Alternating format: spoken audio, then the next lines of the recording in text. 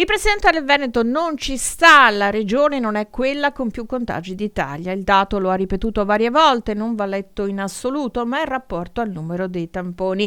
Le varie regioni non usano metodi uniformi, tanto che il Ministero della Salute ha diffuso una circolare per garantire che tutte le regioni carichino i dati in modo equivalente. Solo allora si potranno comparare. Il giallo del Veneto è frutto della sua virtuosità, che rischia di essere una penalizzazione. Io non ce l'ho con voi, però sono anche qui a difendere la verità. E attenzione, non ho mai detto che non siamo preoccupati, non ho mai detto che il virus non esiste, non ho mai detto che non c'è pressione ospedaliera, ma mettere in correlazione il dato dei positivi con quello che accade negli ospedali, con i nostri dati, secondo me c'è qualcuno che deve un po' chiarirsi le idee rispetto. Non abbiamo mai cambiato la strategia, perché siamo passati. E la strategia è mondiale, internazionale, non è un fai da te fatto in casa qui. Siamo semplicemente passati da 2.150 tamponi a 60.000 al giorno. Come fate a dire che abbiamo cambiato strategia? Ma strategia di cosa? Quella è la strategia. Ma ce l'abbiamo noi, ce l'ha l'Emilia Romagna, la Lombardia, New York, la Germania, la Svezia, tutti c'hanno questa strategia.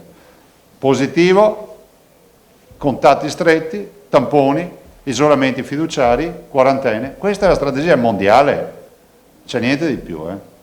C'è però chi magari la strategia non la fa come noi, ma ve lo dirà la dottoressa Russo. Di questa proporzione di dire la Regione Veneto ha tot tamponi, questa percentuale di tamponi positivi su tutti i tamponi fatti non è confrontabile perché non è standardizzata. Tutto quello che non è standardizzato in maniera uguale non può essere confrontabile.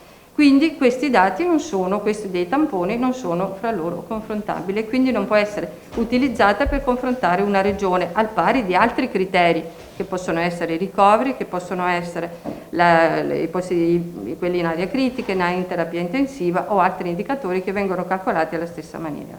Ecco, questo era il significato. Che cosa ci interessa allora, come diceva il Presidente? Ci interessa calcolare sì i positivi, ma valutare l'incidenza, cioè i nuovi positivi su 100.000.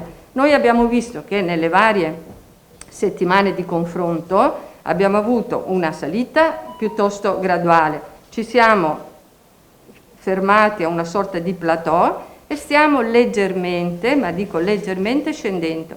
Se noi andiamo a confrontare i dati ultimi dell'incidenza al 3 di dicembre, abbiamo rispetto a quella precedente una leggera flessione, da 435 su 100.000 siamo passati a 413 su 100.000. Un dibattito sollevato dai consiglieri regionali di minoranza, ma non solo. La curva dei contagi comunque in Veneto persiste, anche se in lieve discesa. Ma senza vaccino, capire cosa succederà rimane un'incognita. Io fino a quando non arriva il vaccino, se vuole sapere la mia opinione, mi sento in trappola.